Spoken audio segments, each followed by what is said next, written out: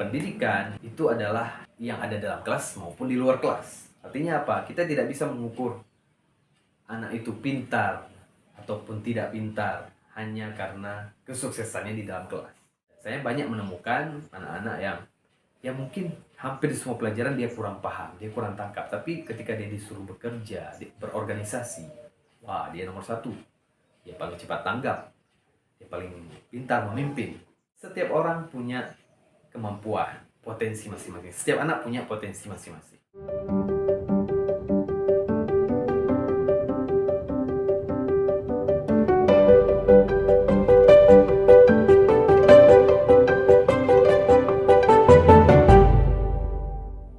Setiap pendidik memiliki tanggung jawab untuk membantu anak menemukan potensinya. Setiap pendidik itu ya baik guru, orang tua, siapapun yang mendidiknya.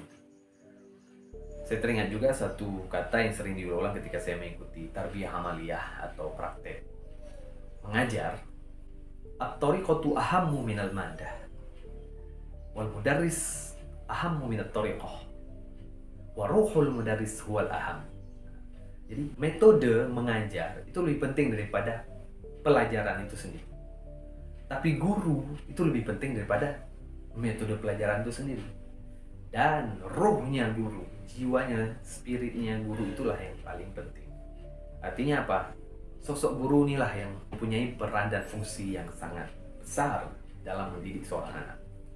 Makanya kalau gurunya mencap anaknya bodoh, nah itu maka anaknya akan down seumur hidup, dan itu kesalahan yang sangat-sangat fatal. Maka tugas orang tua, tugas guru, pendidik semuanya adalah membantu anak itu untuk mengembangkan potensinya. Ya, dalam hal ini pula sekolah tentu mempunyai metode. Dan saya teringat lagi kata-kata guru saya, pimpinan Gontor, Ustadz Kiai Haji Hasan Abdul Sahal, pernah mengatakan berkali-kali ketika saya menjadi santri dan guru, bahwasanya tidak ada metode pengajaran pendidikan yang paling baik. Yang ada hanyalah metode yang sesuai. Maka dari itu ketika kita misalnya melihat, ada negara-negara yang pendidikannya tertinggi, misalnya di Finlandia, mereka nggak ada ranking misalnya, mereka misalnya nggak ada PR, ya mungkin berhasil di sana, tapi belum tentu berhasil di kita. Walaupun saya tidak setuju juga sepenuhnya terhadap ranking dan PR itu sendiri, tapi itu akan saya bahas di hal lain. Tapi intinya adalah setiap sekolah itu, setiap guru itu harus memahami kondisi anak. Misalnya dalam satu kelas ada 20 anak, maka mengajar 20 anak itu tentu caranya, pendekatannya beda-beda juga. Mengajar kelas A, B, C itu pendekatannya beda-beda.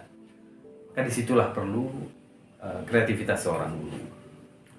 Dan tentu sebagai murid, kita semuanya perlu menyadari bahwasanya ketika kita kurang dalam suatu pelajaran, bukan berarti kita ini bodoh. Tidak bisa, tapi coba cari skill, coba cari passion kita, coba cari apa yang kita suka dan apa yang kita mampu dan dapat kita dalami.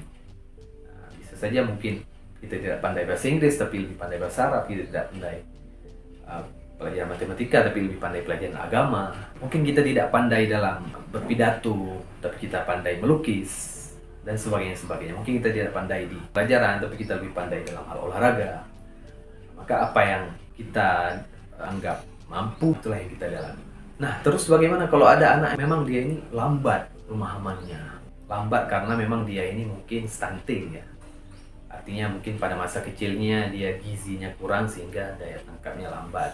Nah, ini beda cerita lagi tentunya. Tapi bagaimanapun pasti ada potensi dia yang bisa dikembangkan. Artinya emang yang ingin saya sampaikan di sini, kesuksesan itu tidak semuanya karena nilai tinggi, tidak semuanya karena dia ini berhasil memahami semua pelajaran di dalam kelas, tapi juga di luar kelas. Karena pendidikan itu mencakup semua hal di dalam kelas maupun di luar kelas, di sekolah maupun di rumah. Karena yang membentuk anak itu adalah lingkungannya. Seperti kata Rasulullah SAW, kullu mauludin yuladu 'alal fitrah, fa abawahu yahwidanihi wa yunassiranihi wa yumajjisanihi. Nah, semua anak itu dilahirkan dengan fitrah, suci dia. Tapi orang tuanya lah yang mempengaruhinya itu. Hadis ini juga dapat dipahami dalam konteks pendidikan, bahwasanya orang tua, lingkungan, guru itu yang mempengaruhi anak. Nah, itulah pendapat saya mengenai status WA wali kelas tadi, dan saya setuju, dan saya harap semua orang tua, semua guru, semua murid memahami itu. Yang sampai menjadikan tolak ukur kesuksesan hanya karena dari sebuah profesi, hanya dari sebuah pelajaran. Yang sampai kita merasa bodoh gara-gara tidak paham suatu pelajaran. Yang sampai guru-guru mencap bodoh muridnya gara-gara tidak paham pelajarannya. Tapi cobalah kita sama-sama usikum wa ya nafsi. Marilah sebagai guru kita asah kreativitas kita, semangat kita mengajar supaya murid itu senang terhadap pelajaran kita, sehingga ia mampu menemukan potensinya.